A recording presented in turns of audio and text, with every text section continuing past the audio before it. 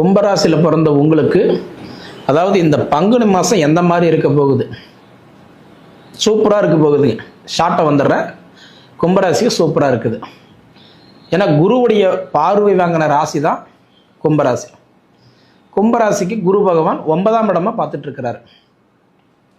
வக்கரத்தில் இருந்தார். அதனால தான் உங்களுக்கு நிறைய மன உளைச்சல் இருந்தீங்க. தொழில் நல்லா இல்லாமல், கடன் பிரச்சனை, கணவன் மனைவி பிரச்சனை, கருத்து வேறுபாடு, வேலை இருந்து நிம்மதி இல்லாமல், அதாவது ரொம்ப குழப்பத்தில் மன அழுத்தத்தில் இருந்திருப்பீங்க. அந்த கவலை இனிமேல் அவங்களுக்கு வேண்டாங்க.